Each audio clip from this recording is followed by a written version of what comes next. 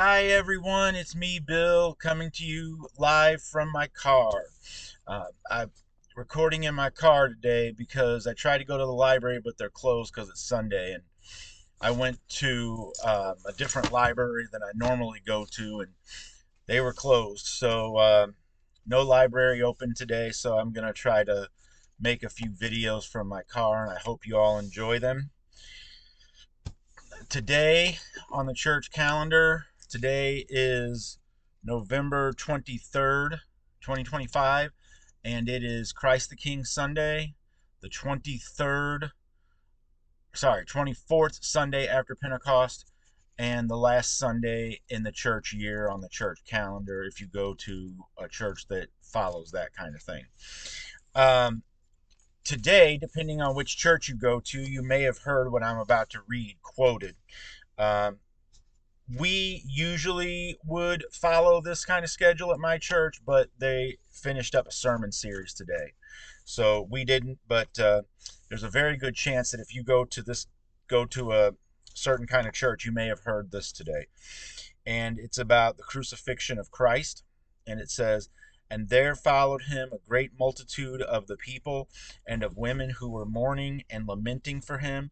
But turning to them, Jesus said, Daughters of Jerusalem, do not weep for me, but weep for yourselves and for your children.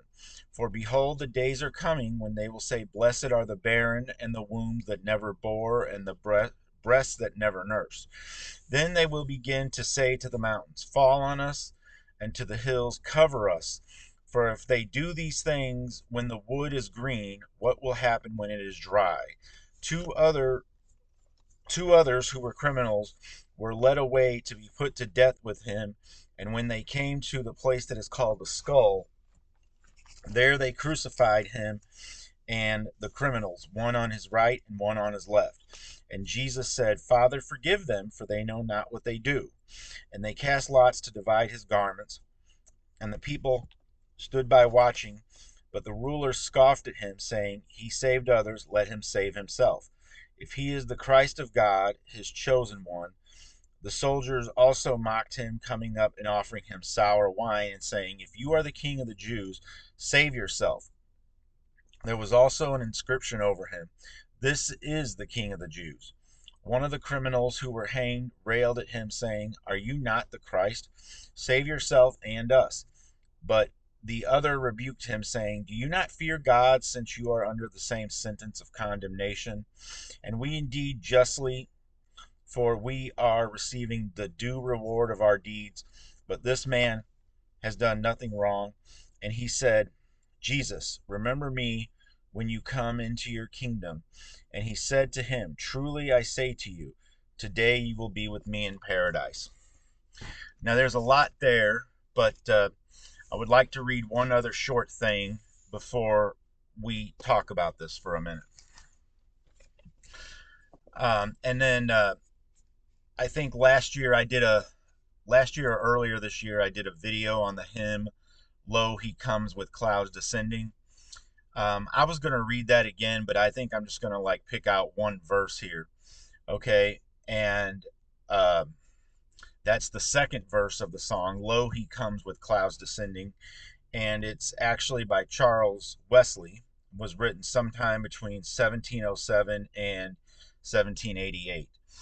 And I thought I would pick out this particular verse because we're about to be in Advent next week, and this is an Advent song. But right now, the type of church that I go to is celebrating the end times right now. It's the end of the church year, and we're discussing overall Christ's second coming. So this verse says, Every eye shall now behold him, robed in glorious majesty. Those who set at naught and sold him, pierced and nailed him to the tree. Deeply wailing, deeply wailing, deeply wailing, shall their true Messiah see. So that means that everyone, good, bad, right, or wrong, Christian or other, one day is going to see Jesus. He's going to come and he's going to return to earth. He's already been here once, and that was 2,000 plus years ago. But at some point, He's going to come again. And believe you me, we have been living in the end times since he rose to the Father and entered into heaven. So, we don't know when Jesus is going to return, but we know he is going to return, and it could be at any second. And it is probable and possible that he could return any day, at any moment, any second. So, if I was a rapture believing person, I would be making a rapture video to help people understand that the urgency. I don't particularly believe in the rapture, but um, I do believe in the urgency of Christ returning, that it could happen at any second, and we have to be ready to meet him, whether that's through our death or through his returning. We have to be ready to meet him at any second. Um, so, all of these people that you have a hard time with, whether they're neighbors or people you hear about in the media or on TV or politicians or anybody who is making your life hard, or bullies at school, bullies at work, um, all this stuff, all these people are going to have to bow the knee to Jesus on the last day. And the Christians will too. But it is the sinners, those who have not accepted Christ, those who have not become Christians, those who have not repented of their sins, who will be bowing the knee in fear and about to be punished eternally and separate from God. And I've said it before. Um, God, God will not. If you don't want to be a Christian and you don't want God in your life now, then when you die, He ain't gonna force Himself on you then. So now, and that's why the Bible says today is the day of salvation. But I wanted to just point out a couple of quick things on here. And it says, regarding this, he says, he says, daughters of Jerusalem, do not weep for me, but weep for yourselves and your children. This is speaking of, you know, Christ has overcome. Okay, he is God. So he's talking to people and saying, it's about to get bad for you here in Jerusalem on earth. And you need to be worried about that. And you need to urgently accept me as your savior, because it's about to get real bad. And it did in AD 70, when Nero set fire to Rome and blamed the Christians for doing it. One of these days, I'm going to make a video about how I can show you that Nero is the Antichrist. But the bigger picture is that everyone is an Antichrist who has not accepted Christ and not repented of their sins. But Jesus, that's what he's referring to here, that people are going to be afraid and they're going to have to run for their lives, and it's going to get crazy. But that day has come and gone.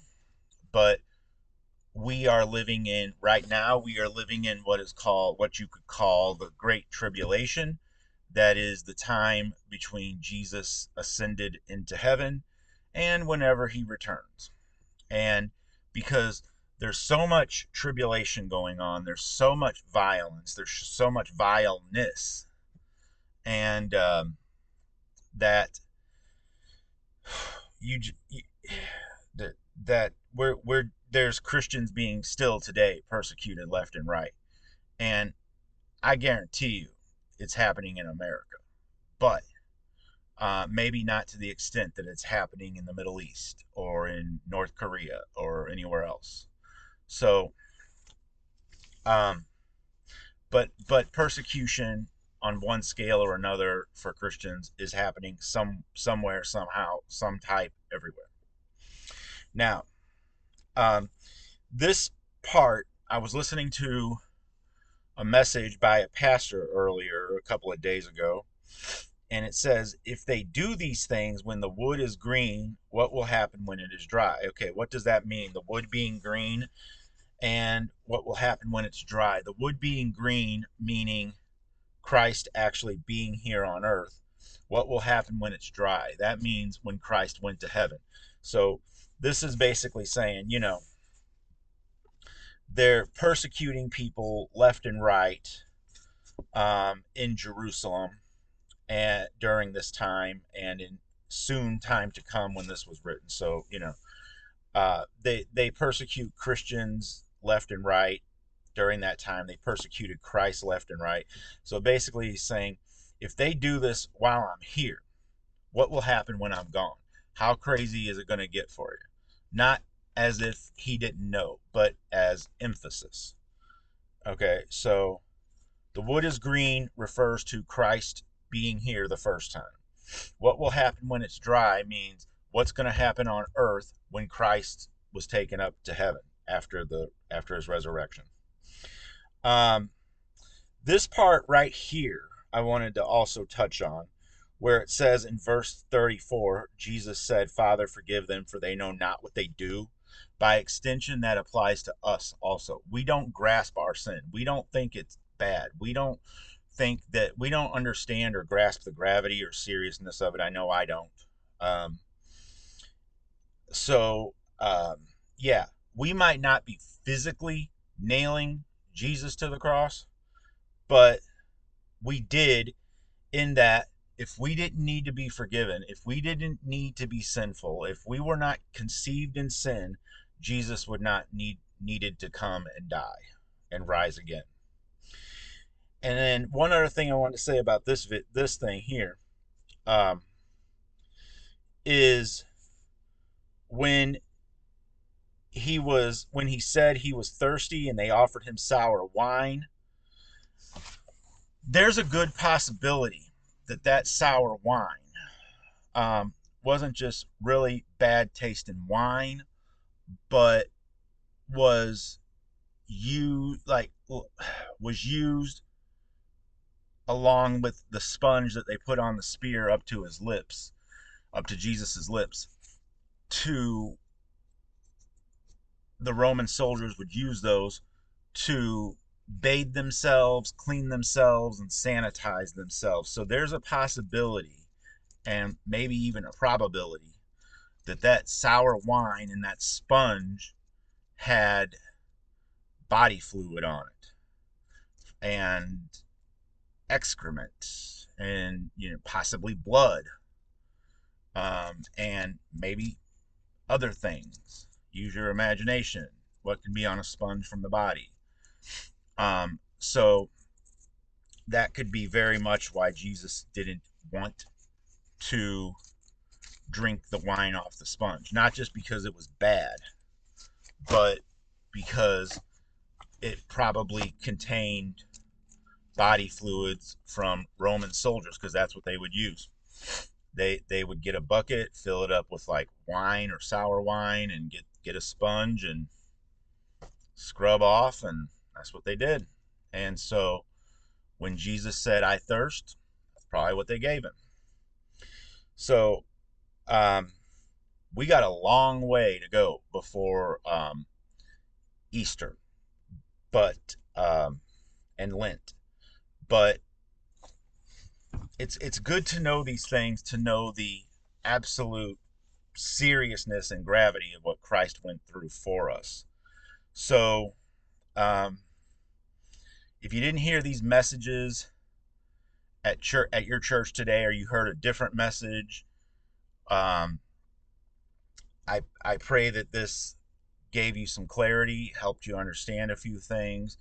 It's just we're talking about, at my church and my denomination, we're talking about Christ coming the second time right now, and we're about to enter the time where the church celebrates he came the first time. It just so happens that our church calendar starts with Advent and ends with the second coming. And that usually, if I'm not mistaken, goes from early, let's see, late November or early December, through the whole yearly cycle. Anyway, I pray that you had a good day today. I pray that you have a good day tomorrow. God bless, and I'll see you in the next video.